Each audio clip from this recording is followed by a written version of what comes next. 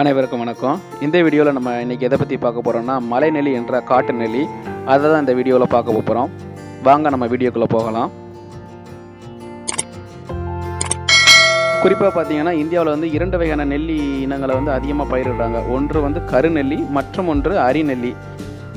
இந்த அரிநெல்லி என்பது வீட்டு தோட்டங்களில் குறிப்பாக பயிரிடுவாங்க. அதாவது இந்த கோடை காலத்தில் நம்மளுக்கு இயல்பாக கிடைக்கும். நம்மளுடைய பள்ளி காலங்களில் கூட நம்ம பள்ளிக்கு வெளியே நம்ம சாப்பிடக்கூடிய அந்த சின்ன சிறு நெல்லியை தான் வந்து அரிநெல்லின்னு சொல்லுவாங்க.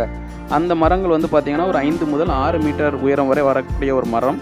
அதனுடைய இலைகள் பார்த்திங்கன்னா பறந்து இருக்கும். இன்றைக்கி நம்ம பார்க்க போகிறத இந்த நெல்லி வகை பார்த்திங்கன்னா மலை நெல்லி என்ற காட்டு நெல்லி. இதனுடைய தாவரவியல் பார்த்திங்கன்னா பிந்தாலஸ் எம்பிலிகா. இதனுடைய குடும்பம் வந்து யூபோர்பிசியேசி தான் இதனுடைய குடும்பத்தின் பெயர்.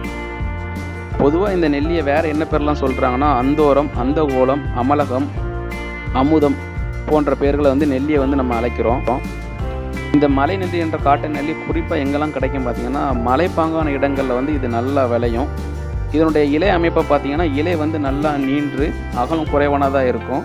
இது வந்து ஒரு இலை உதிர் மர வகையை சார்ந்தது. இதனுடைய இளம் மஞ்சள் நிற காய்கள் வந்து இனிப்பு, புளிப்பு, துவர்ப்பு இந்த 3 சுவைகளும் ஒருங்கே அமைஞ்சிருக்கும். இந்த இலையோட கோணங்களில் பார்த்தீங்கன்னா பூக்கள் வந்து கொத்து கொத்தாக நல்ல பஞ்சு போன்று இருக்கும். அதாவது வந்து ஒரே இலையில் வந்து ஆண் பூவும் பெண் பூவும் இந்த இரண்டும் வந்து ஒருங்கே சேர்ந்து அமைஞ்சிருக்கும். இந்த இலையோட மேல் பகுதியில் பார்த்தீங்கன்னா ஆண் பூவும் அதனுடைய கீழ்ப்பகுதியில் வந்து பெண் பூவும் இருக்கும்.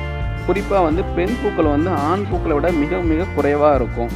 ஒரு பூவில் மட்டும் பார்த்தீங்கன்னா 6 இதழ்கள் கொண்ட ஒரு அமைப்பு வந்து இருக்கும். செடியை வந்து நம்ம ஒட்டுச்செடி வளர்ப்பு முறையிலும் வளர்க்கலாம், இல்லாட்டா இயற்கையான முறையிலும் வளர்க்கலாம். ஒரு ஒட்டுச்செடி வந்து செடி நடப்பட்ட நாளிலிருந்து 3 ஆண்டுகள் வந்து காய்க்க ஆரம்பிக்கிறது.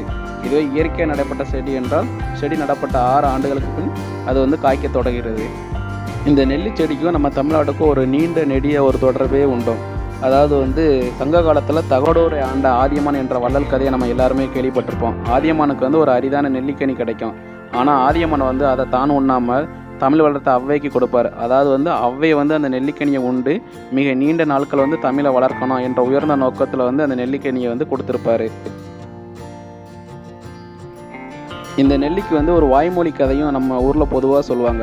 அதாவது வந்து தேவலோகத்தில் வந்து இந்திரன் வந்து ஒரு நாள் அமிர்தம் சாப்பிட்டு இருக்கும்போது அந்த அமிர்தத்தோட ஒரு துளி இந்த பூமியில் விழுந்த துளி தான் வந்து நெல்லியாக முளைத்ததாக ஒரு வாய்மொழி கதையும் வந்து நம்ம ஊரில் நம்ம கேள்விப்பட்டிருப்போம். குறிப்பாக மற்ற பல வகைகளோட நெல்லியில் வந்து அதிகமான வைட்டமின் சி சத்து உள்ளது. நெல்லிக்காயோட இலையை பார்த்திங்கன்னா ஏலக்காய் செடிக்கு வந்து உரமாக பயன்படுகிறது. அதாவது வந்து இந்த நெல்லிக்காயோட இலையை வந்து அந்த ஏலக்காய் செடிக்கு போடும்போது அங்கே உள்ள மண்ணின் அமிலத்தன்மையை வந்து அதிகரிக்க இந்த நெல்லிக்காயோட இலை வந்து பயன்படுகிறது. குறிப்பாக பார்த்திங்கன்னா நம்மளுக்கு தலையில் வரக்கூடிய பொடுகு மற்றும் வந்து முடி உதிரல் இந்த நெல்லிக்காய் தைலத்தை வந்து நம்ம தொடர்ந்து பயன்படுத்திட்டு வந்தோம்னா இந்த இரண்டும் வந்து தடுக்கப்படுது. இந்த நெல்லியோட மருத்துவ குணம்னு பார்த்தோம்னா இது வந்து ஒரு குளிர்ச்சி தரும் பொருளாக இருக்குது. அதாவது வந்து இது வந்து கண்ணுக்கு ஒரு குளிர்ச்சி தரும் பொருளாக இருப்பது மட்டும் இல்லாமல் செரிமானத்தை தூண்டவும், சிறுநீர் பெருக்க அதிகரிக்கவும், உடல் வாயுவை அகற்றவும், பேதியை தூண்டும் ஒரு பொருளாகவும் இருக்கிறது. குறிப்பாக உடம்பு சூட்டை வந்து இது தணிக்கிறது. இதில் இருக்க சீசத்து வந்து எலும்பு குறுக்கு நோயை வந்து மட்டுப்படுத்துகிறது.